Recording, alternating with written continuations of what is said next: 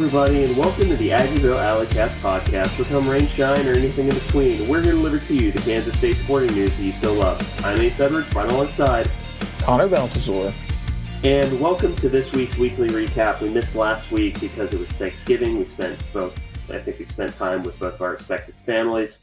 And to get ahead of something, no, the official announcement to Colin Klein to K-State as the head coach has not happened yet at the time that we are recording this episode. It will be happening. It's just a matter of them officially announcing it. So I'm still completely unworried and unmoved, but just full disclosure, that's where we're at as of this current moment. But we have a lot to talk about with signing day for football, which includes a few flips and a few surprise pickups and a few commits that committed last week. Then we can talk about the Volleycats, men's and women's basketball teams, though we're going to try to keep that relatively short because they have made us sad.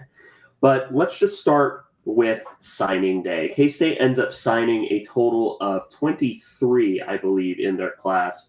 And Taylor Bratt covered yesterday that 17 of them will be early enrollees, which is massive. But for the commits we haven't covered yet, that is JUCO wide receiver Derek Sally, JUCO safety MJ Graham, JUCO defensive lineman Andy Berberija, a high school flip, I should say, Capris Keith, and then last but not least, a center, another JUCO center named Jordan Jensen. So that's a lot. We're not going to really cover them each individually. I just kind of want to give a sentence for each of them. Derek Sally is a true X receiver, which I don't know who is going and who is staying other than Quay Moss and Marion Fortenberry both leaving already, which expected now that Van Malone isn't coming back. But Derek Sally is a true X receiver. MJ Graham is a really rangy free safety. Andy Berberija is a pretty solid, if a little stout in terms of like defensive tackle. Then the last JUCO is Jordan Jensen, who's a true center, who I think will either be the backup or competing with Kyle Rockers for the starting center. And then Capris Keith, we recruited him as a wide receiver, which is why he flipped from Iowa State to base safety. That's a lot of words I just said. Connor, what are your thoughts, not only on the new commits, but about the class on the whole? Well, the class ended up being a pretty good class. There were kind of periods of kind of consternation throughout the cycle because things moved a little slowly. There were a couple of decommits, but really not many. Just Brandon Ford and Justin Morales, I think, were the only ones. And Morales honestly does hurt. I think he's going to be a really good football player. Ford, not as moved by, but still came away with a pretty good haul in this class. I really like some of these JUCO ads late, especially Sally and Graham. I think obviously all of this is just like super up in the air with the coaching situation. But for now, it's just going to be easier to talk about it as if we're expecting all of them to remain on the team. So in that framework, I do think MJ Graham could push to be a starting safety next year. I think he's super talented. And we did kind of have similar feelings about Cobbs, and it just took him a while, I think, to adjust to this level of football. So maybe something similar happens with MJ Graham. But regardless, I do really like Graham. Sally, I think, could be good too. He's very fast for his size, but is still kind of a true X receiver. So he should be someone that I think that could contribute. And then Capris Keith, a solid wide receiver prospect, a bit of a developmental guy, but a good frame to work with. And then Andy Berberija, should be a solid piece as well. You can never have too many D tackles. And he was a flip from Washington State, I believe. And the last guy, Jordan Jensen, was completely out of left field. Like, no idea who he was before. Hadn't seen him on Twitter. I hadn't seen even behind paywalls. I hadn't seen anything about Jordan Jensen. So I really don't know a whole lot about him, but I think you said it well. The whole purpose with him is really bring in a guy that at least has played some level of collegiate football at center to push our younger guys that could potentially be the starting centers, and also provide some experienced depth. Kind of similar vein as like Dawson Delforge, I think, kind of earlier in the Kleiman era. He was a solid kind of backup guy to fill in here and there for a few years. Yeah. And I also want to say, before I forget, there actually is another person who entered the portal for K-State. It was Braden Lofton. No disrespect to him, I am not moved. Especially when we still have, presumably, Oakley on the roster. I don't think he had a good enough year to come out to the draft. Lincoln Cure still on the roster, Andrew Metzger and Will Ancio. I am unmoved. Yeah, well, actually, Metzger entered the portal as well. Never mind. Well, so, but I think part of that has to do with Luke Wells isn't going to be retained. No. That's not been said officially, or behind paywalls, clearly, but I don't think I'm breaking any news and saying that the Wells brothers aren't going to be coming back. No. So some of those guys probably just kind of getting ahead of it. Plus, a guy like Metzger never really broke through.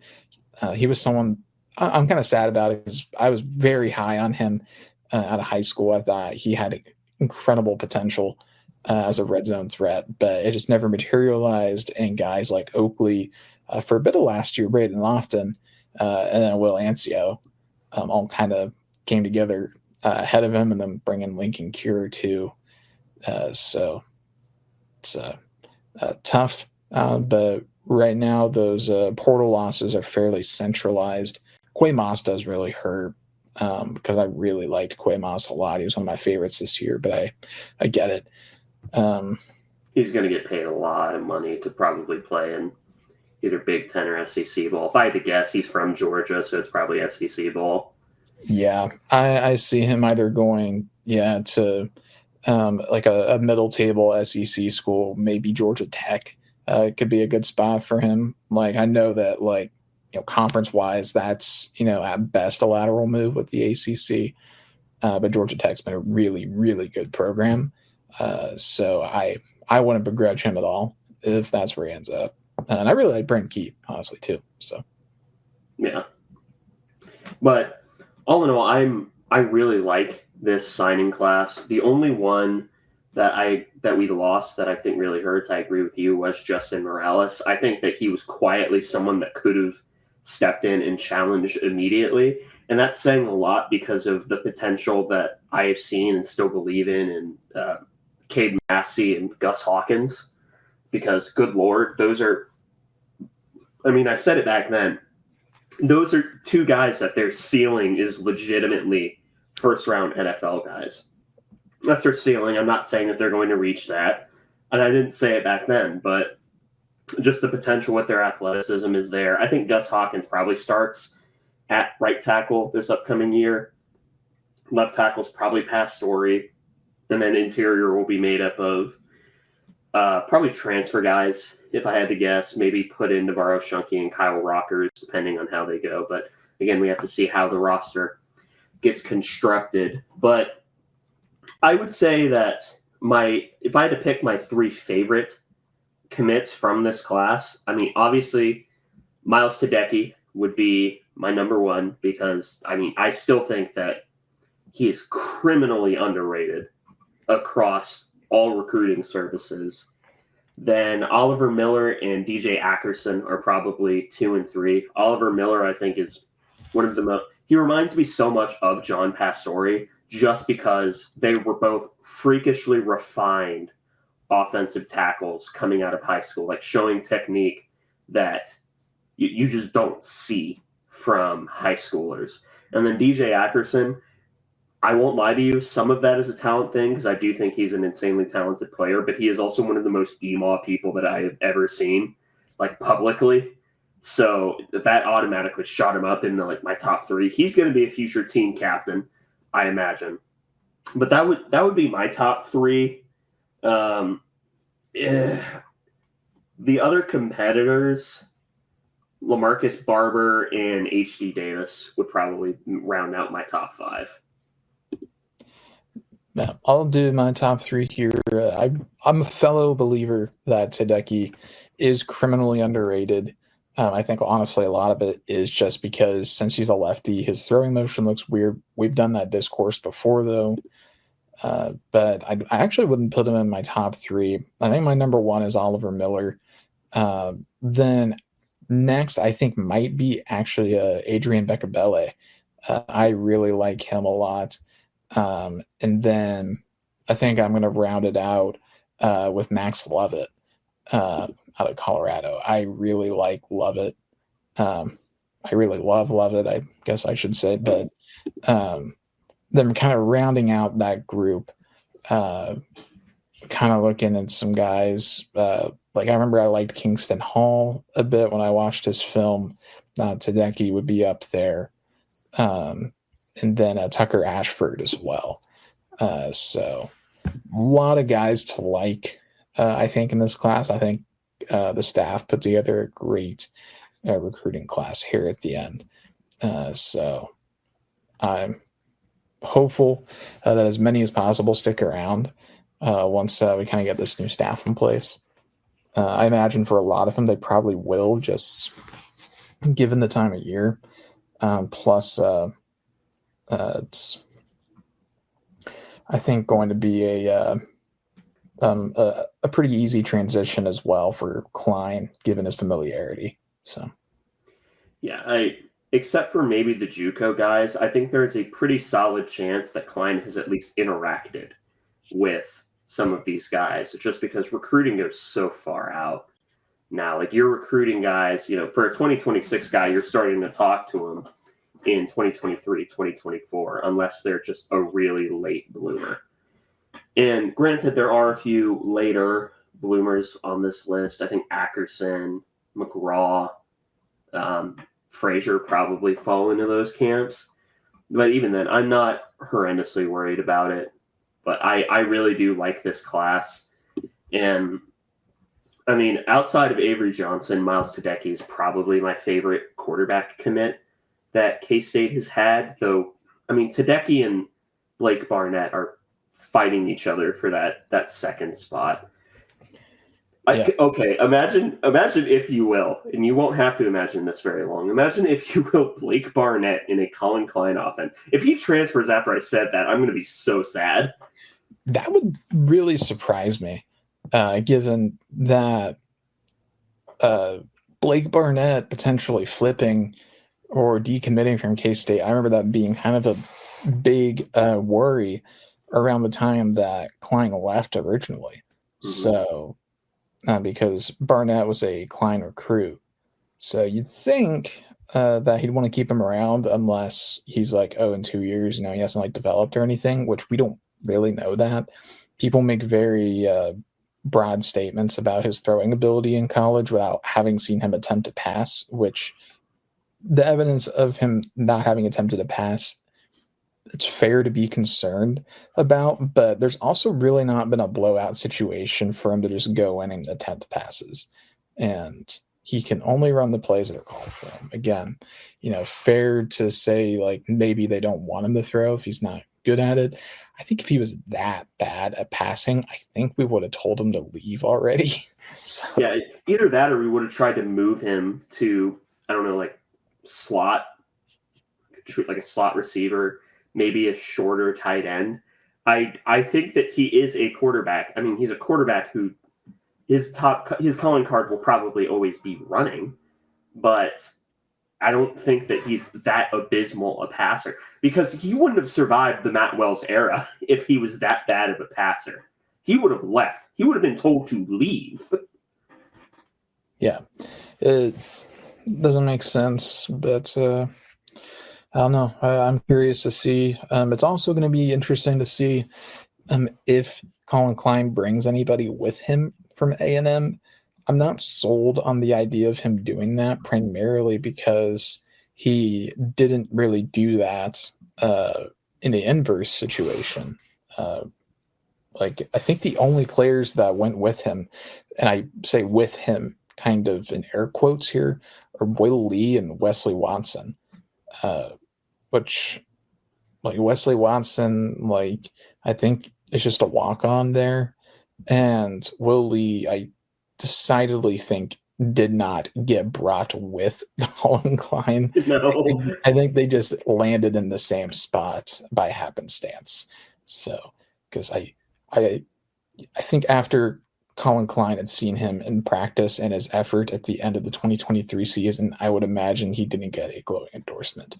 Doesn't mean he's not a talented player, but I think Klein had probably seen enough of Will Lee at that point. So,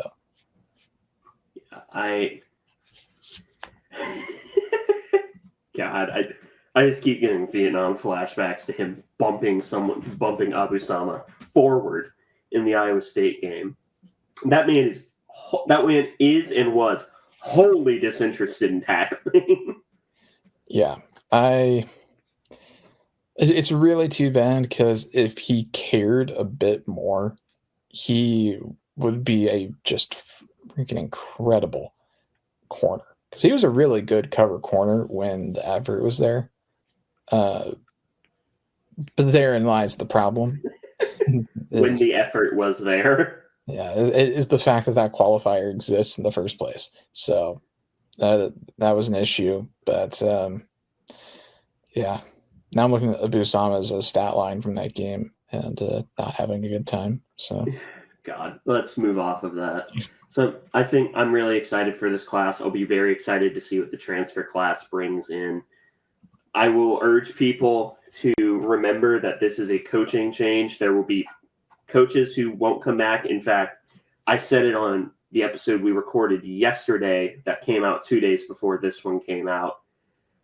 There are only 3 names that I would even think are even remote possibilities of coming back. That's Brian LePack, Matthew Middleton, and Buddy Wyatt.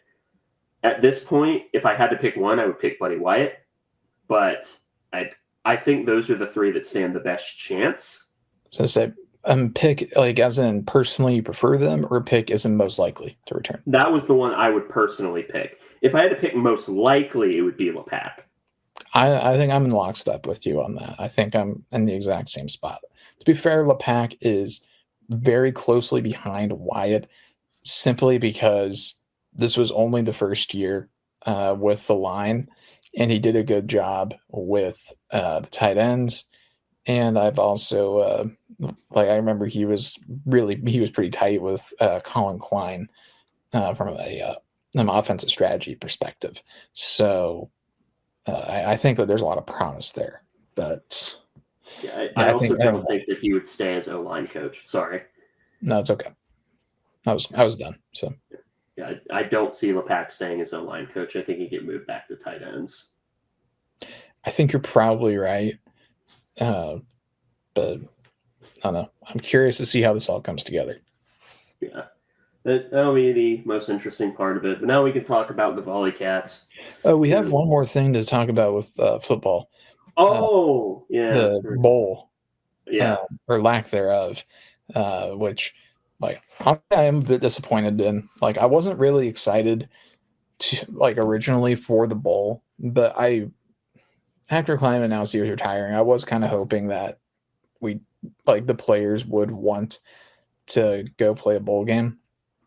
Just for like one last go around for Kleiman, right off to the sunset. One last game for the seniors that have put so much into the program. Like Taylor Poitier deserves a better send off. I mean, he's been here as long as Kleiman has been here. He deserves a bit better than that.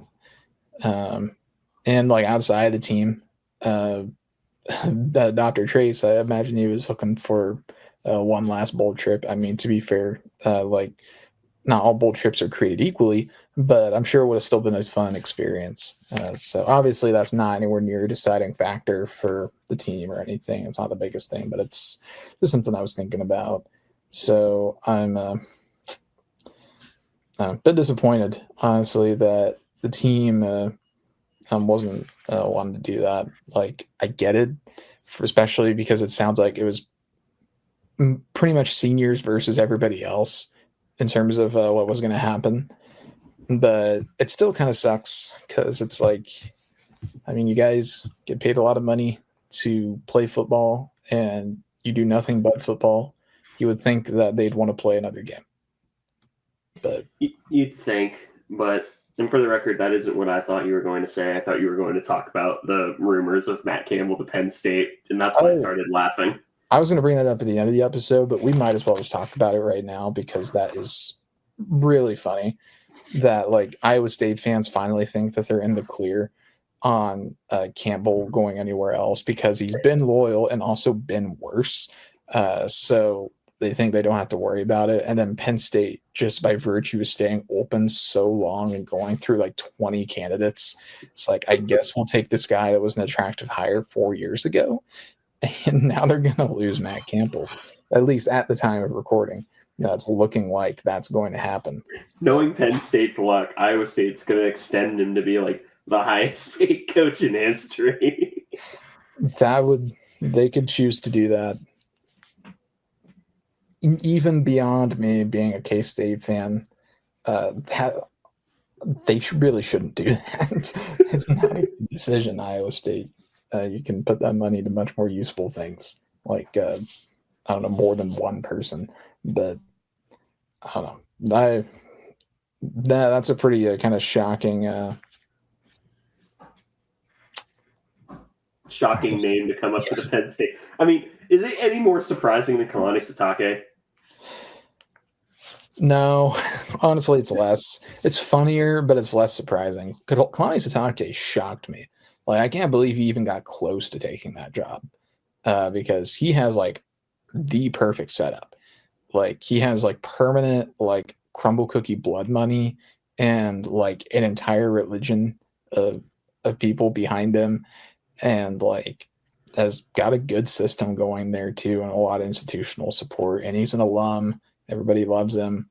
So it's like, why did you even flirt with that job, dude? Other than, I guess, to just like extort an extension. They can afford it, so I guess you get it. You probably could have just asked, man. Yeah, probably. Like, so I don't know.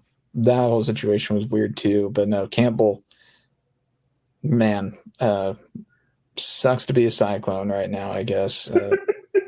No, their basketball team's still good, unfortunately. That's true, but they will collapse down the stretch. Don't forget that. So splendid. Speaking of Iowa State, that's the major K-State Alleycats victory that we didn't cover. It was a blanking of Iowa State in Ames, 25-16, 25-15, 25-19. So none of the sets were even particularly close. Iowa State hit negative for percentages in the last two sets. Leaders were Shaylee Meyer in kills, Anaya Clinton in aces, tied with Ava LeGrand in aces as well. 5 blocks for Jordan Williams and Anaya Clinton. Ava LeGrand with 29 assists, and then Anaya Clinton with 16 total digs. So this happened a while ago. That's why we're not kind of belaboring the point. But that really did help us get into the tournament. And then we immediately got put on the 8-9 line where we will be assassinated. If we make it past San Diego, we will be promptly assassinated by Nebraska. We played San Diego the day that this comes out. So, at least we made the tournament. Yeah, first time since 2021. I honestly do feel like we got a bit disrespected in our seeding. Not only being on the 8-9 line, I was hoping that we had done enough, but being the 9 on the 8-9 line, I was surprised by that. I mean, I know it wouldn't have been a material difference if they just flip-flopped us, but like I really was a bit surprised to see that we didn't earn an 8 seed. I felt like we had done enough because we beat 5 top 25 teams this year. Didn't have really a lot of bad losses. I guess UCF wasn't a great loss. Like that's probably the dagger there, I guess, to getting off that line. But I don't know, man. I not super happy, of course, about being in Lincoln because we have a maximum of 2 games really that we can play here. I mean, hey, there's always 2011 K-State upset Nebraska and Lincoln in the tournament in a 5-set thriller that year. So I would gladly take repeating the biggest upset in tournament history. Actually, this one would probably be even bigger because Nebraska is just a juggernaut. this year. Didn't they like go a month and a half without dropping a set? Yeah, I think they dropped a couple in September, and yeah, then they went like 16 matches or something crazy like that without dropping any sets, which is just not fair because like their coach retired and they got even better. I don't think they should be allowed to do that personally. It's just not fair. Especially because I don't like them. So for NCAA, listen to me, please. I don't like them, and you should change the rules because of that. Yeah, but going through their schedule right now, their first match of the season was against third-ranked Pitt. They won that 3-1. Then a little bit later, they won 3-2 against Kentucky. And then they had a 3-1 win against Utah and Lincoln, which I don't know. Why did they give up a set to Utah? That's weird. And they give up 2 to Creighton. And then that was September 16th. And they went to November 14th before they gave up a set again. And that was at UCLA. And that's it. So from September 16th through November 14th, Nebraska lost 1 set. And one, I'm not going to do that math. A lot of them. Anyway, that's at least we made the tournament. I agree with you. We probably should have been on a higher seed, but we also probably shouldn't have lost to UCF. Yeah, so I'm glad we got some revenge also against Iowa State. Played super well. One of our better defensive games really of the whole season.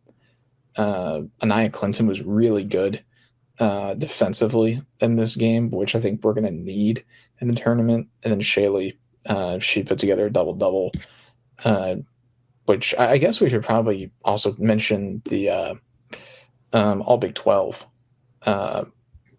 players for K-State as well, because that all came out. I have the article pulled up so I can discover that. I'm guessing you're talking about for football or for volleyball? For volleyball. We should also do football now that you. Yeah. I was like, I just realized that. I know Shaylee Myers got drafted. She did. She got drafted, I think, the second round. But I think it was by Atlanta. I can't remember their team name. Yeah, it was Atlanta. Yeah. But Shaylee was a unanimous first team All Big 12. Really was crossing my fingers that she would get Big 12 Player of the Year. I feel like she did good enough to deserve it. But there's a player at Arizona State, I think, that ended up taking it home. But Shaylee was in all likelihood second in the rankings for Big 12 Player of the Year because she put together a fantastic season. And she's just the 6th player in K-State history to be unanimous all conference. Then Ava LeGrand and Anaya Clinton each got second team recognition. I thought Ava might have done good enough to be first team, but second is so good. And I was surprised that Simone Sims didn't get a little bit higher, but regardless, still some good honors there for the volleyball team. They earned it. They had a great year. Yeah. And if we're going to talk about the football team, Sam Hecht was the only first-team member for the All-Big 12 team. John Pastore and Austin Romaine were second team. Joe Jackson and Jace Brown were third team. I think that just tells you how good Jace Brown is because he was third team and spent like maybe 3 or 4 games injured. Joe Jackson, that is almost entirely recency bias. Despite the fact that I love Joe Jackson, that is recency bias. Honorable mentions were Jerron Tibbs, Garrett Oakley, Damian Ilalio, Shidi Obiizor, Cody Steffelbein, Des Purnell, VJ Payne, Sashawn Rich, and Sam Hecht as Offensive Lineman of the Year. No Avery Johnson, sure, whatever. This was the year of the quarterback for the Big 12.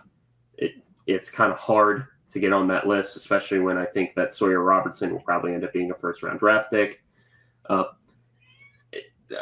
It's very rare that I'm like, okay, maybe someone didn't deserve to be on here. You know, like maybe they're getting respected too much. Why is VJ here? He was bad like most of the year. Daniel Cobbs should be on this list over VJ Payne. Yeah, or Quay Moss. There were at least 2 safeties on the team, I think, that had better seasons than VJ, but maybe it's like kind of a career achievement thing for him, I guess. Like, I don't know, but I don't know. I'm not going to continue on that train of thought. No. Yeah, I was surprised to see VJ's name on the list, but congrats to him regardless. Then trying to think about anything else. Yeah, shout out Joe Jackson for playing his way into all conference with the last 2 weeks of the season.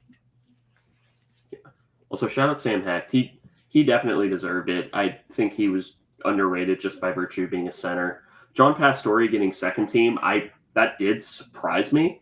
And it's not because I think John Pastore was bad or because he doesn't deserve it. I just didn't think that he would get that recognition. So I'm happy for him that he did, because he definitely deserves it. But outside of that, I think everything else is pretty reasonable. I would have advocated for Zayshawn to get on one of the teams, but that's really the only one that I would have gone to. Like, I would have kind of gone to war for. Yeah, I'm with you there.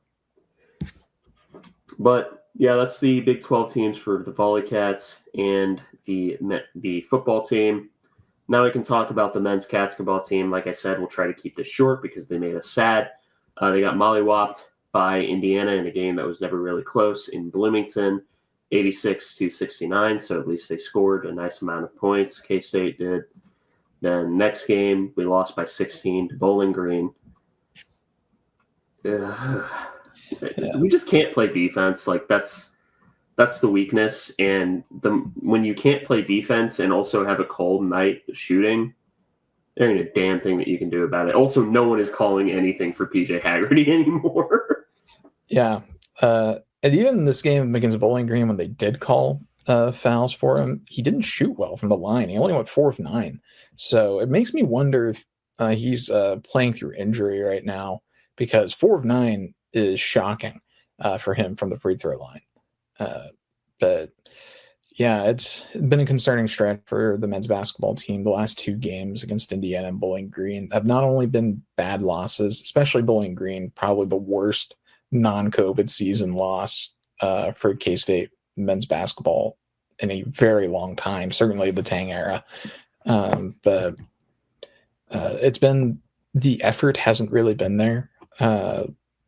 And that's what's really been bugging me. Well, I mean, obviously there's exceptions. I think Moby's playing hard, and David Castillo is obviously playing very hard too. David Castillo deserves a lot of credit for his level of performance, particularly against Bowling Green.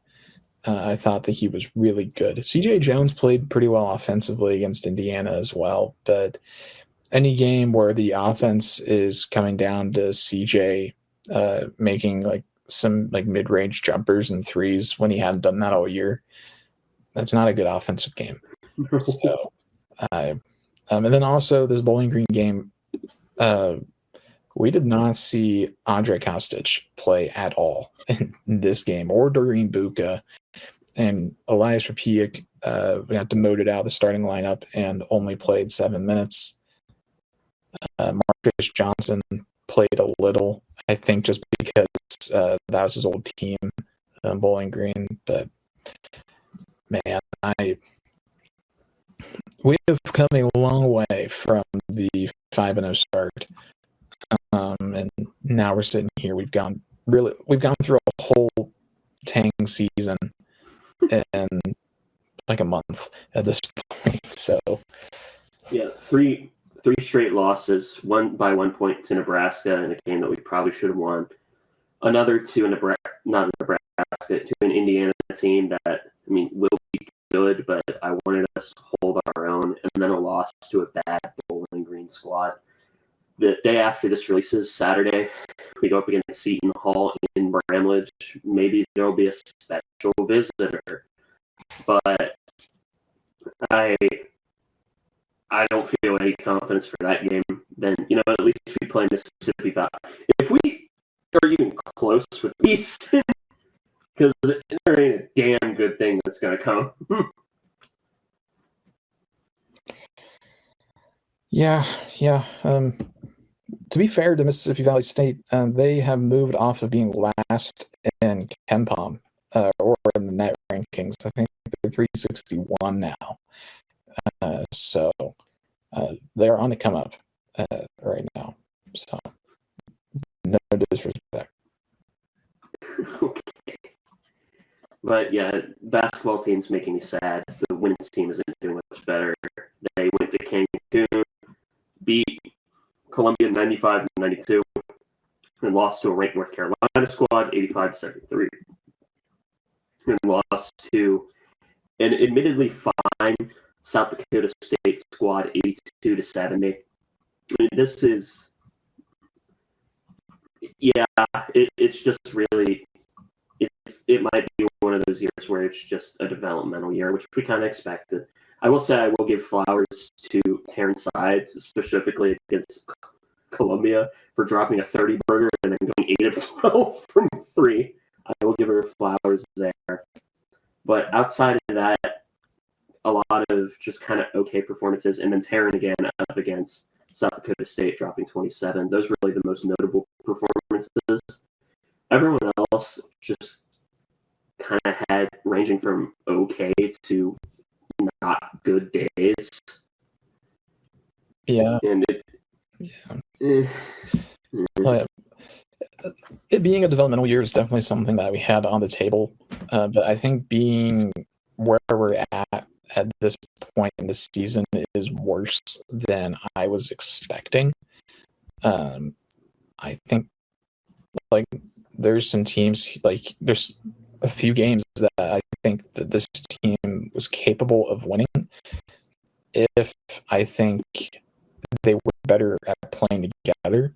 There's some very basic basketball stuff that this team really struggles with. I think they're obviously talented, but regardless of really kind of lacking a competent 5 right now, or a true rim protector, what this team seems to be kind of struggling with is kind of leadership, communication, and kind of playing as a unit. Obviously, there's some exceptions. I think Gino Garcia's been good. Taryn had an up and down start to the year and is filling out the stat sheet recently. But I know maybe has made some kind of comments about her not really being the leader they need her to, but she did really fill it up down in Cancun. Had a fantastic. This team is very young and desperately needs people to step up as leaders right now. And until that happens, this is going to be a difficult team. I think they're not as fun as I was hoping, because a lot of the mistakes they make on the defensive end are communication based and chemistry based.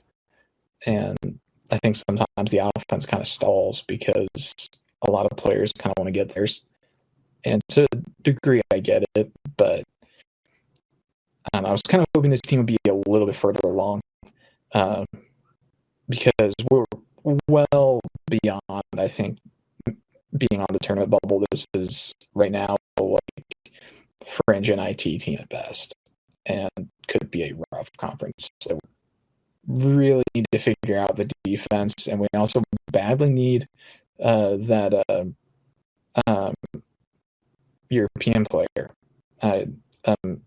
Sekic, to come in. We need a post presence. We have some good post offense and Harrod and Cotton right now, and Clausen's has been decent too, but the post defense is just an abject failure, and that's really. I hesitate to call it entirely roster construction. They probably should have had a better backup plan there in case Kennedy didn't get her waiver.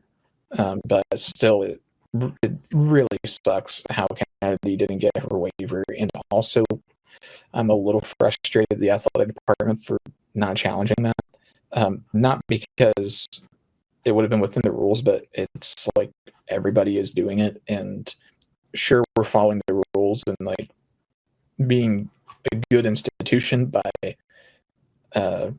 just following the rules and shutting up. But we're also putting ourselves at a disadvantage by not pressing the envelope there until someone with actual authority comes in and tells us to stop, which is not the NCAA. So yeah, I rant's actually over. I think I want to restart the rant because those JUCO guys that we got for the football team. Yes. There's a world where they straight up, how you normally it was, they have 4 years to play 3, or they have 2 years to play 1, or something like that. Yeah, we probably live in a world where they just have like full brand new eligibility, and it's simply because Diego Pavia. And I guess who doesn't get enough crap? Everyone blames Diego Pavia, which fair. And I'm not saying this as someone who hates Diego Pavia as a human being, but I do think that he is very much like the test case where everyone's trying to see the limits and we haven't found the limit yet. You know who doesn't get enough crap? Parker Navarro. Get a job. He's like 27, and he's like, I need another year of eligibility. No, you don't. Yeah. No, you don't. He's older than me. I'm 25. Yeah, it's a frustrating spot that we're in. I think the main thing people seem to want right now is clarity, which just simply doesn't exist. How they're like deciding these eligibility cases like every year, sometimes multiple times in a year, which is why we had Tyreek Smith in men's basketball, why we tried to keep Kennedy Taylor in women's basketball, because we saw the NCAA say, yeah, that's fine. And so we said, okay, we can do that. And we made informed roster decisions based on that. Now, did Tyreek Smith deserve another year? No, not really. No. Kennedy, I think, has a much better case than Tyreek Smith, but letter of the law says no. Although I'm very sympathetic to Kennedy's case because she played like 18 minutes as a freshman. And it kind of sucks that there's the 4-game redshirt rule for football, and basketball has nothing similar. But yeah, the NCAA really did kind of change how they rank things on that. So I understand the frustration from the coaches on that. But at the same time, I think if anything has been displayed about the NCAA in the last 10 years, it's don't assume that you can just get away with anything without legally challenging them. Especially for a department like K-State that has a policy of not challenging them in court because we're not going to put up a fight. So if that's the case, then we need to like send that down the ladder to the coaches and be like, hey, don't push it with these waivers because like we're just going to roll over and die if the NCAA pokes us. So bit of a side. The next match for the K-State women is up against number 13 in the country, Ole Miss, in St. Joe. Knowing this team, like we said, they are talented enough to beat anyone. It's just a matter of playing together, I guess, for once of better. To not try and sound like a Care Bears commercial, but genuinely trying to play together has been the issue. And I don't mean that they hate one another, it's just they don't understand one another. Yeah, I'm hopeful that we're able to take down Ole Miss. Now, I'm trying not to get my hopes up, though. But coming up next Wednesday, December 10th, it's like their yearly kind of education day game. San Diego State's coming to town. They're playing at 11 a.m. on a Wednesday. That is a game we will be on 6-7 watch for that game because there's going to be a ton of like elementary school kids there. So God, no. Ace, there's really only one option here. I don't love it either, but the only option to eventually make the pain stop is to embrace it. Like, I thought you were about to say just play lockdown defense and no one scores.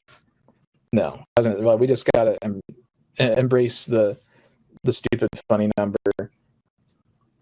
I sympathize with them. Every generation has a funny number that means nothing. I mean, ours was 21, I guess. There was also 25, but that's a SpongeBob reference. Yeah, and that's acceptable. Yeah.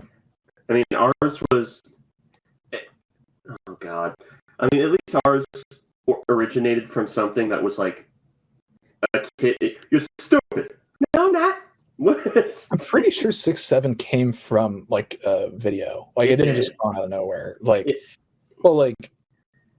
it spawned from about the same level of nowhere as 21. So yeah, I don't know, man. I'm getting old. No, I agree that it's stupid, especially as like I'm 26 years old. So like I agree that it's stupid, but I try to sympathize with the youngins kind of wanting to put their own stamp on pop culture and coming up with a funny number. Because if we were like in middle school right now, we would probably think it's hilarious. Like, yeah, to an extent. Yeah, probably. I don't want to meet myself from middle school. If I had the option, someone's always like, if you could go back to the new. Someone always says like, oh, would you go back to high school? No, I wouldn't go back and meet my high school self. He was a little prick. I didn't like him. What would you do if you could meet your middle school self? Punch him, probably. Like I think those people at our age probably feel the same about meeting their middle school self or high school self. Like, not super enthusiastic about it. So, I think the youngest that I would actually like to meet myself would be like 20, maybe. See, I'd be willing to go back to like 8 or younger. But like there is that period of time from like 9 to like about 18, 19 where it's like I could do without that, I think. Can just memory hold that entire decade. It's like, maybe I'd want to go to 12 or 13 just because that would have been around the time that we won the Big 12 in football, basketball, baseball. So, all right, I'll allow that. Like, because I would have been like half because of extenuating circumstances. At that point, I probably would have been a little bit more bearable. So, like, yeah. Anyway, do you have any final thoughts? I don't think so. I just keep sitting here and hitting refresh on K-State football Twitter, and that's not happening yet. Nothing's happening, and I'm getting really frustrated, and it's hurting my eyes, and my screen time numbers are just going to be in KSO once every 3 nanoseconds. That is exactly what I've been doing all day, and it's giving me a little headache, and I don't like it. So I really need Klein to get it announced so I can like let myself go back to normal. All right. Well, thank you all for listening to this episode of the Aggieville Alleycats podcast. If you want to follow or contact the show, you can follow us just about anywhere at Aggieville Alleycats. And if you want to email us, we're aggievillealleycats@gmail.com. If you want to follow us on a more personal note, I'm at HCEdwards00. And if you want to support the show financially, please be sure to check out the official Aggieville Alleycats merch store. Link found in our podcast and Twitter bio. But most importantly, thank you all for listening to this episode. We're here to deliver to you the Kansas State Sporting News that you so love. Stay safe, Alleycats.